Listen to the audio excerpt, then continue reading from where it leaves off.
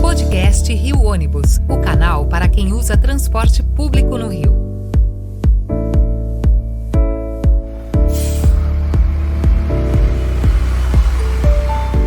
Saudações ouvintes, passageiros dos ônibus da cidade e população carioca. Eu sou Paulo Valente e nesta edição do podcast Rio Ônibus nós vamos falar sobre o movimento do passe livre nos transportes coletivos no Brasil. Nosso país já conta com 90 cidades que adotaram a tarifa zero universal, sendo 10 aqui no estado do Rio de Janeiro. Uma delas é Maricá, com quase 200 mil habitantes. E o nosso intuito é conversarmos sobre os benefícios, os modelos e de onde virão os recursos para a implementação da tarifa zero, além de entender se é possível adotar essa iniciativa em grandes capitais como a nossa. Por isso, vamos receber Daniel Santini, jornalista, autor do livro Passe Livre, as possibilidades da tarifa zero contra a distopia da uberização, e pesquisador sobre políticas públicas de passe livre e sobre o direito à mobilidade. Daniel, muito obrigado por aceitar o nosso convite para participar do nosso podcast. Vai ser um prazer conversar com você sobre esse assunto que está tomando aí à frente nas pautas da eleição agora para as prefeituras em 2024. Só se fala de tarifa zero. Muito obrigado aí por sua participação. Eu agradeço o convite, a oportunidade de dialogar sobre o tema. Sem nenhuma dúvida, é o tema das eleições de 2024. A gente tem aí isso como algo colocado já, posicionado. O fato de as principais metrópoles do país começarem a discutir, o Rio de Janeiro, São Paulo avançou agora com passe livre aos domingos, isso tudo também dá uma nova centralidade ao tema. Então, super pertinente vocês estarem abordando o assunto e espero poder contribuir aqui com a discussão colocada. Ok, te agradeço mais uma vez e vamos lá. Para a gente começar o episódio de hoje, eu gostaria de saber se você enxerga a implementação da tarifa zero no transporte coletivo como uma solução viável para melhorar a mobilidade urbana no Rio de Janeiro. E quais seriam os principais benefícios que você acredita que essa medida poderia trazer também para toda a população? Pensando aqui, tá? Eu acho que mais do que melhorar, a gente está falando em salvar o sistema de transporte público do Rio de Janeiro. Eu defendo que o tema tem sido muito negligenciado. A gente está vivendo, não só no Rio, mas no Brasil todo, um colapso do transporte público coletivo, e isso é de maneira generalizada. Assim. A situação é gravíssima, não tem recebido a atenção devida. No Rio de Janeiro, para falar mais especificamente, assim, a redução no período recente ela foi muito, muito expressiva. Os ônibus municipais, eu vou citar alguns dados, eu gosto muito de números, eu vou tentar sempre basear aí o que eu estou defendendo a partir de dados, informações concretas. Os ônibus municipais no Rio de Janeiro perderam metade dos passageiros em 6 anos. Tá? É uma linha de tendência anterior à Covid que já se agravou. Segundo os dados que estão disponíveis no DataRio, qualquer pessoa pode acessar e consultar. Sim. Em 2016, a gente tinha 1,2 bilhões de pessoas transportadas nos ônibus municipais no ano. Em 2022, foram 607 milhões. Tá? É algo muito emergencial e muito que deveria merecer mais atenção. O metrô, para citar também uma comparação aí, o metrô em 2016 levava uma média de 942 mil passageiros por dia útil. Em 2022 foram 588 mil. Tá? Então você tem uma tendência de queda que ela é comum nas principais cidades do Brasil. Você tem aí muitos fatores a serem considerados, o aumento da motorização, as pessoas adquiriram e a concentração de carros e motos no Brasil ela aumentou de maneira significativa, num ritmo maior que o crescimento da população. Isso é emblemático e é óbvio que afeta esse quadro. Tem também a concorrência desleal do transporte por aplicativos, onde você tem uma estrutura de transporte alicerçada na exploração de trabalho precarizado. Tem muitas pessoas que estão aí sujeitas a condições, e a gente tem que endereçar isso, a gente tem que observar isso também. E a gente tem que pensar aí nos efeitos e consequências desse quadro geral, que é algo que eu não preciso discorrer muito a respeito, todo mundo está vivendo isso, mais trânsito, mais congestionamento, mais poluição. Se pensar em termos sociais, ambientais, ecológicos, A gente ter as pessoas se locomovendo com o transporte motorizado individual tem um impacto que ele é coletivo. E a gente ter mais gente utilizando o transporte coletivo tem um impacto que é coletivo também, mas ele é muito positivo. Ele gera uma série de externalidades positivas para a população como um todo. É mais agradável viver em cidades onde as pessoas estão usando o transporte coletivo. Para mim, a tarifa zero é chave para a gente reverter essa linha de tendência. Você pode observar, os municípios que adotaram a tarifa zero são os únicos no Brasil onde esse quadro, essa linha de queda, ela inverteu. Você Sim. tem casos aí bastante significativos de um aumento, dispara o uso. Então, a gente tem na tarifa hoje um efeito segregador, um efeito que parte da população não usa o transporte público por conta do custo. Isso é muito grave. Certo. A gente falou agora sobre a questão do custo. E um dos desafios que a gente sempre menciona com relação à tarifa zero é a questão da viabilidade financeira. Foi até objeto de uma discussão que eu participei aqui numa audiência pública na Câmara dos Vereadores, uma iniciativa do vereador Edson Santos, que fala-se muito de Maricá. Aqui no Rio de Janeiro, especialmente, Maricá tem os royalties do petróleo. Mas a gente, conversando com eles, vê que é uma decisão que vai muito além da questão de ter os royalties ou não. É uma coisa muito mais profunda já analisada. Então, eu queria te perguntar quais são as principais alternativas de financiamento para garantir que o sistema de transporte público possa operar de maneira sustentável sem ter a receita das tarifas.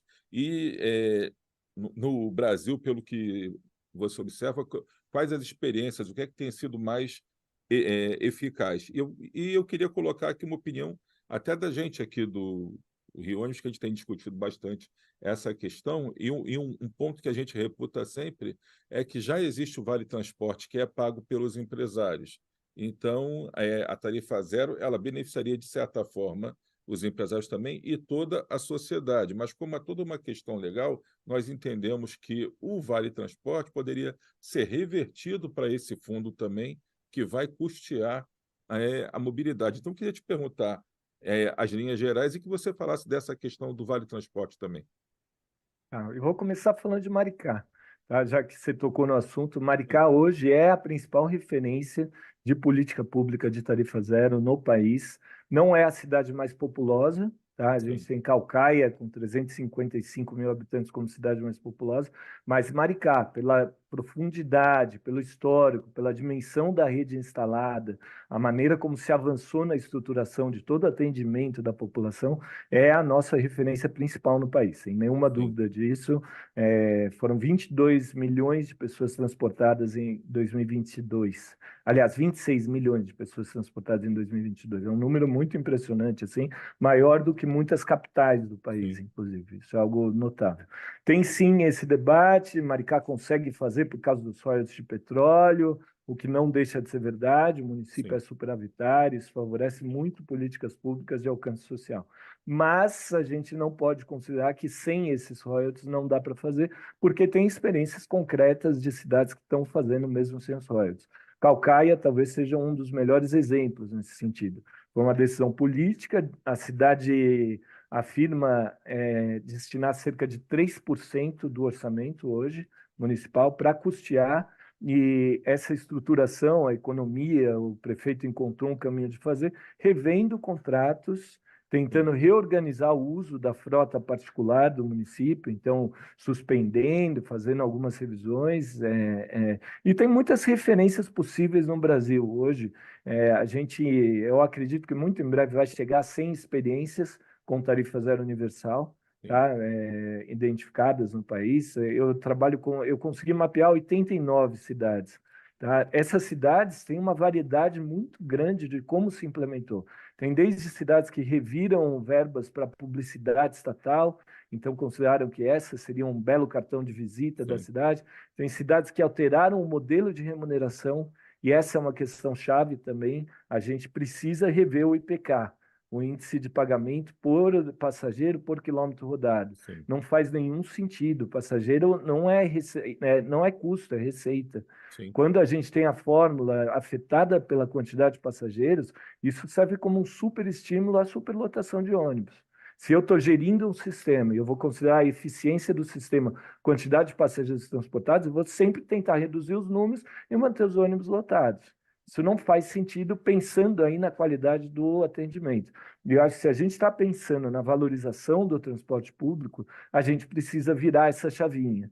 Mesmo os empresários, quem trabalha de um jeito sério, quem tem aí a preocupação em oferecer um bom serviço, deve brigar por isso, por tentar criar um cenário onde as regras elas não sejam tão kamikazes assim. Você manter um sistema baseado na remuneração por passageiro transportado, você tem aí um incentivo a empresa mais eficiente vai ser a que transporta mais gente com o mínimo de estrutura. Isso não é bom para ninguém. Passageiro não gosta de andar em ônibus lotado. Quem puder vai fugir, vai partir para a solução individual, carro ou moto. Isso a gente já sabe, está muito bem alicerçado. Então, só para concluir, nessa visão sobre economia, viabilidade financeira, a gente tem que considerar aí que é uma decisão política dos municípios, mais do que técnica. É uma opção que os municípios fazem e na parte de tentar aferir custos, tentar medir, é preciso considerar também os custos indiretos. Quando eu tenho cidades onde a maioria da população se desloca com carros e motos, eu vou ter uma série de custos indiretos. O custo da desvalorização das áreas urbanas que são destruídas por avenidas com fluxos constantes, tem o custo de ocorrências de trânsito, tem custos ligados à poluição, tem o custo da perda da qualidade de vida, uma população sedentária, ela é um custo também generalizado, coletivo, ainda mais quando a gente tem um sistema público de transporte coletivo. Isso tudo precisa ser considerado e endereçado. Ok. E no estado do Rio, a gente tem, então, 9 ou 10 cidades, a gente 10, conversava 10. antes, são 10, né? São 10 10. cidades que adotaram o passe livre. Então, o que é que você acha que contribuiu para a implementação da tarifa zero e por que é que no Rio a inserção do sistema ainda é baixa? Então, na verdade, essa pergunta ela me faz pensar, e eu tentei olhar um pouco os dados aqui antes da gente conversar. A gente ter 10 cidades no Rio pode parecer um número baixo, mas se eu olhar a quantidade de municípios por estado, o Rio é um dos estados com mais municípios, se eu considerar esse critério. Então, se eu pegar, o Rio tem 92 cidades, o estado do Rio de Tem Janeiro, mais de 10 10%. cidades. A gente tem mais de uma em cada 10 cidades sem tarifa zero, isso é incrível. Se eu olhar, comparar São Paulo, onde a gente tem 26 experiências identificadas, São Paulo tem 645 municípios, é uma para cada 24 cidades. Então, o Rio de Janeiro Minas está até Gerais, bem nisso. o Rio de Janeiro está lindo. Se eu olhar para o número de população, eu tenho 428 mil pessoas morando nessas 10 cidades identificadas. É uma quantidade considerável. O total de população em todos os 89 municípios que eu tenho mapeados aqui é de 4,2 milhões. Então, dá para dizer que uma em cada 10 pessoas beneficiadas com a tarifa zero mora no Rio de Janeiro. É maravilhoso isso. Eu estou falando em dados, estou jogando alguns números, tentando até apresentar de um jeito que seja muito fácil de visualizar, mas aí eu aproveito esse gancho também para defender a ideia de que a gente precisa ter sistemas padronizados para dados também. Eu preciso conseguir comparar quanto se gasta numa cidade por quilômetro rodado. Se eu matar essa remuneração por passageiro e tentar estabelecer critérios baseados em quilômetro rodado, com padrões mínimos de qualidade, eu consigo estabelecer um sistema nacional. Tem uma proposta que ela é muito interessante de tentar criar um sistema único de mobilidade, o SUM. Sim. Então, em vez nós já baseado fizemos um podcast sobre isso aqui, sobre a criação do SUM, e várias vezes isso é citado também. Maravilha, é um tema para se avançar. Tem atores muito importantes trabalhando com isso, o MDT, por exemplo, não sei se o podcast foi com eles, mas assim, fez não um foi estudo com eles, recente mas tem... muito interessante. O pessoal do IDEC fez um levantamento, organizou, puxou uma mobilização na qual participaram mais de 70 organizações para tentar formular uma proposta. Também quem quiser mais informações na página do IDEC estão disponíveis. Tem a Coalizão Triplo Zero, que é um movimento muito interessante, baseado em 3 premissas: tarifa zero, zero emissões, ou seja, tentar caminhar para uma transição energética também, e zero mortes no trânsito. São 3 princípios aí que estão reunindo uma turma, uma frente muito boa para essa discussão. A gente tem aí um horizonte que ele é muito promissor para avançar com a tentativa de implementar um sistema de de transporte público baseado na ideia de mobilidade como direito, e aí é chave a tarifa zero. Igual no SUS, Sistema Único de Sim, Saúde, o acesso é exatamente. universal e gratuito, no SUM também essa é uma premissa assim, não negociável, algo que é uma premissa base para tentar estabelecer um sistema nacional focado na ideia de mobilidade como direito, que está na nossa Constituição, né? O artigo Tá 6º lá, da tá colocado, Constituição exatamente. coloca como um direito social. Então, eu não estou Uhum. falando nada Nada subversivo, nada demais, fora da nada, lei, pelo nada, nada. contrário. Uma coisa, só complementando o que você falou, eu sempre digo nas conversas aqui com as pessoas, porque as pessoas olham o sistema de transporte, o usuário, especialmente pela questão da tarifa. Ah, tá caro para o serviço que é prestado e tudo. Ninguém liga para a complexidade de como se gera aquele valor, de quantas pessoas transporta, de qual é o custo por passageiro, o custo da ocupação do solo, o custo ambiental. O passageiro em si está preocupado com a tarifa. Se for tarifa zero, é uma maravilha, beleza. Mas eu também falo, olha, por outro lado, a tarifa zero, ela pode ter, seria a minha última pergunta aqui, mas eu vou dar uma Uhum. misturada com esse raciocínio, ela é um fator muito bom para desenvolver, para reduzir desigualdades, para promover o desenvolvimento econômico da região, para tudo isso. Mas não é pensar que você vai ter a tarifa zero, você vai ter ônibus abundantemente também espalhados pela cidade, porque tudo isso tem custo. E como você disse, tem o SUS. Uma saúde de qualidade custa dinheiro, é cara. A pessoa pode não pagar nada, mas tem um custo muito grande envolvido. Uma educação que também está no artigo 6º lá, uma educação de qualidade sai cara. Você tem que ter bons equipamentos, bons salários para os professores, bom material didático, tem que estar sempre atualizando, custa dinheiro. E o transporte público, ele custa dinheiro também, um transporte de qualidade. Você construir uma rede de metrô, construir um sistema de trens que seja um VLT, então um sistema de BRT custa dinheiro. E os equipamentos hoje estão caros. Um ônibus com a tecnologia Euro 6 hoje, o preço disparou. Você comprar um ônibus elétrico é um valor que, para o empresário, colocar o ônibus elétrico sozinho é impensável. Mais o custo da infraestrutura. Então, é uma coisa que eu sempre coloco, a tarifa zero não vai solucionar todos os problemas, pode trazer até mais alguns. Então, isso tem que ser discutido muito. E uma coisa que eu faço aqui, concluindo para você fazer aí suas considerações, a questão do caso específico do Rio de Janeiro. A gente vive um caos urbano aqui, fica difícil andar, o trânsito todo engarrafado não anda. A gente discutia lá na Câmara de Vereadores o seguinte: eu posso colocar tarifa zero, mas a dona Maria que anda de ônibus, se ela pegar o ônibus de tarifa zero e ficar presa 2 horas num congestionamento, 3 horas, ela vai dizer o quê? Não adianta nada a tarifa ser de graça se eu não consigo chegar no trabalho, se eu estou sempre atrasada, se eu fico no engarrafamento, se tudo isso. Então, dá para a tarifa zero sozinha resolver, ou no caso da região metropolitana do Rio, nas experiências que você vê, a tarifa zero tem que vir acompanhada de um plano de mobilidade urbana, de se priorizar o transporte público, esse tipo de coisa. Como é que você enxerga isso? Eu acho que, na verdade, a tua pergunta ela é muito boa, ainda mais com essa consideração que você fez, porque ela abre espaço para a gente pensar aqui em como avançar. A tarifa zero, para mim, ela representa uma mudança de paradigma.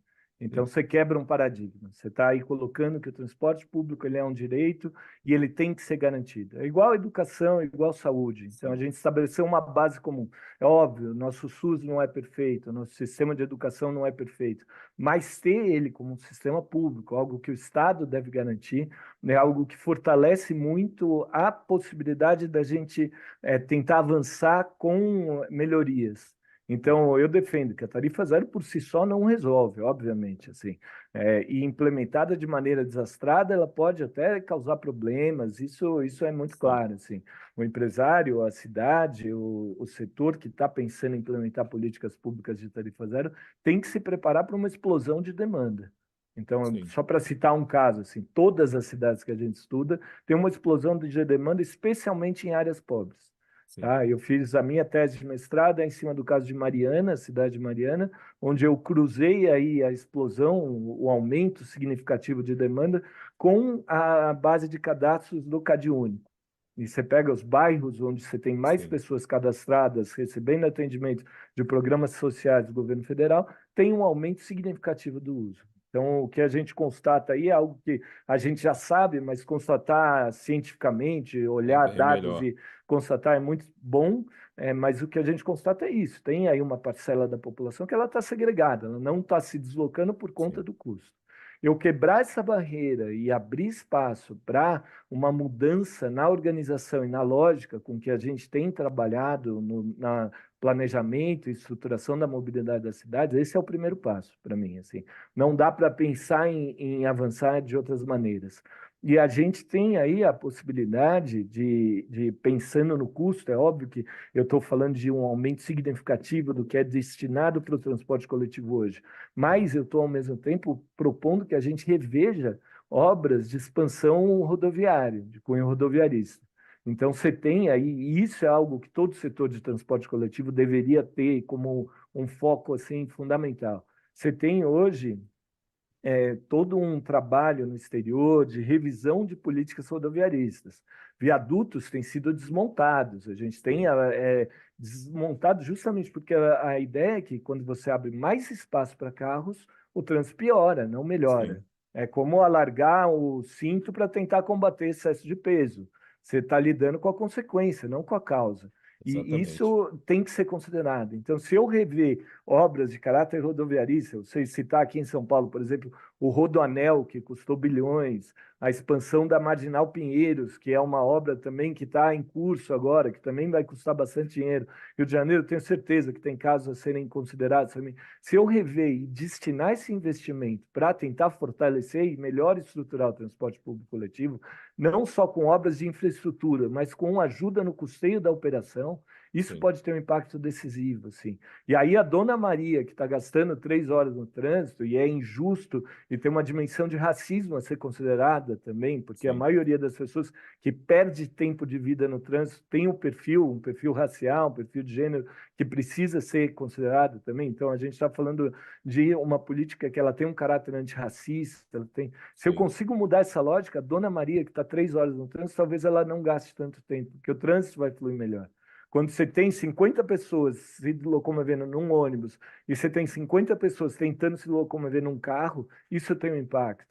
Se eu destinar uma parte do espaço urbano para o estacionamento desses 50 carros, também eu tenho um consumo de espaço ali que trava tudo, que inviabiliza as pessoas viverem mais perto de onde elas trabalham. Então, eu estou falando de modelos de cidade, algo que vai muito além. E essa mudança de paradigma, marcada pela implementação da tarifa zero, eu acho que ela é especialmente interessante até para abrir esse debate, para a gente rever a priorização de investimentos para mobilidade baseada em carros e motos. Tá? Eu não estou falando em a gente abandonar as ruas, deixar de asfaltar, óbvio que não, a gente precisa manter sim. aí a estrutura que a gente tem operante, mas eu estou falando em quebrar um ciclo onde os gastos de manutenção eles são muito grandes. Você construir um viaduto não significa só investimento inicial, você tem que ter aí um investimento Manutenção dele, constante de tudo isso. manutenção, senão ele despenca. É simples assim. Então, é rever um pouco o modelo de cidade com o qual a gente se acostuma nas últimas décadas. É algo muito profundo, mas que para qualquer pessoa que defenda o sistema de transporte coletivo é um ponto-chave assim para começar uma discussão. E eu acho que um momento, já não tentando concluir assim, é de otimismo. A gente tem a multiplicação de cidades com tarifa zero, a gente tem cada vez mais espaço para esse tipo de debate, a gente tem mais gente entrando no debate e organizações da sociedade civil ganhando espaço institucional, ganhando voz. A gente tem que caminhar num horizonte onde as pessoas que decidem não são todas com o mesmo perfil, ou seja, homens brancos com a mesma classe, a mesma condição social, abrir espaço para democratizar de verdade os espaços de decisão. Isso vai ter aí um impacto, talvez não nos próximos anos, mas nas próximas décadas. A gente vai Sem caminhar para um dúvida. Brasil diferente. Até porque esse modelo que está colocado, ele parou no trânsito, literalmente. Sim. É verdade, está preso aí no Está engarrafamento da história. travado. É isso, Daniel. Bom, finalizando só então aqui, bem, aonde que o nosso ouvinte pode adquirir o livro Passe Livre, as possibilidades da tarifa zero contra a distopia da uberização? O Passe Livre é um livro que eu escrevi em 2019, ele está disponível no site da Autonomia Literária, tá? Tem um outro livro relacionado também, que é o Mobilidade Antirracista, eu falei um pouco da dimensão racial. Esse é um livro que eu organizei junto com o Paik Santarém, com a Rafaela Albergaria, também está disponível. Tem uma outra obra de referência que é importantíssima, também da mesma coleção, que chama Tarifa Zero, a Cidade Sem Catracas, que é sobre a história de tentativa de implementação da Tarifa Zero em São Paulo. É um livro escrito pelo Lúcio Gregori, ex-secretário de Transportes de São Paulo, e por toda a equipe dele na época. Também é um trabalho fantástico. E aí eu já aproveito para deixar uma sugestão: entrevistem o Lúcio. Vocês querem uma leitura sobre o que está acontecendo em São Paulo especificamente? Estou anotando o nome dele aqui e o teu de novo para a gente falar sobre o segundo livro que você escreveu aí, sobre a questão da inclusão, do combate ao racismo, tudo isso. Então, Daniel, Mobilidade Antirracista aí até tem como opção entrevistar uma das outras pessoas que organizou comigo o livro, que também tem um trabalho fantástico, incrível, com muitas dimensões. Eu conversei com o pessoal do ITDP sobre isso, sobre a inclusão do transporte como ferramenta, tudo, foi bem interessante. Pô, Daniel, nosso tempo está chegando... faz um trabalho maravilhoso também. Vocês têm muita sorte pelas organizações da sociedade civil que estão no Rio acompanhando, além de ter uma secretária de transporte, a Mainá, que é Mainá Celidônio, que está fazendo um trabalho também bastante respeitável. Eu acompanho com muita atenção o trabalho em muitas prefeituras e, assim, o Rio, na verdade, tem um horizonte muito bom aí. Espero que as coisas avancem bem. Esse governo agora fez muita coisa, quer dizer, quebrou paradigmas ao começar a pagar o subsídio, ao abrir os dados todos aí para a população, que já eram até abertos, mas passou a utilizar os dados, que não historicamente não se trabalhava com base em números aqui, eles passaram a trabalhar. Tudo tem aquelas dores do parto, né, de começar o trabalho, de ver como vai funcionar, mas o fato é que a população do Rio de Janeiro, hoje em dia, já sente aí uma melhoria muito grande do transporte, e tudo prosseguindo como vem sendo conversado, tratado aí. Eu acho importante, eu falava muito antes até da Maína assumir o cargo aqui, que era necessário a gente resolver o problema do transporte público no Rio de Janeiro, que não era mais uma discussão dos empresários com a Secretaria de Transporte, com a Prefeitura. A gente tinha que envolver aí o Ministério Público, a Justiça, a sociedade civil organizada, a imprensa, todo mundo que tem interesse no tema, o empresariado todo, os representantes das comunidades, de todo mundo, para a gente sentar e ver que transporte a gente quer, como ele deve ser feito e quanto custa e quem vai pagar essa conta. Eu acho que tudo veio concorrendo para isso. E a gente agora chega também nessa discussão de tarifa zero, que é bem interessante. Daniel, e que bom a Câmara dos Vereadores está endereçando esse assunto também. Linda essa iniciativa. Sem dúvida. E a gente hoje está no momento único, a gente só não acerta se não quiser, só não resolve o problema se não quiser, mas acho que todo mundo está querendo, e é raro ver todos do mesmo lado da mesa, querendo a mesma solução, desde o usuário até o empresário, passando pelo campo político, pelo campo técnico. Hoje todos estão com o mesmo discurso, e acho que isso vai fazer a coisa andar. A gente chegou ao fim do nosso horário aqui, infelizmente, do nosso tempo, e a gente vai marcar uma nova conversa. Eu anotei aqui as suas sugestões, são muito bem-vindas, tá, Daniel? Obrigado aí por ter participado com a gente. Eu que agradeço. Estamos em contato. Então, bem, gente, então, agradecendo mais uma vez a Daniel Santini, jornalista, pesquisador sobre políticas públicas de passe livre e sobre o direito à mobilidade, chegamos ao fim de mais uma edição do podcast Rio Ônibus, que ficará disponível para você ouvir novamente, para você compartilhar com quem você quiser. Na semana que vem estaremos aqui com mais um assunto do seu interesse. Esperamos por você. Apresentação e supervisão, Paulo Valente. Roteiro e produção, Peter Barcelos. Produção técnica, One Marketing. Rio Ônibus. Seu dia passa por aqui.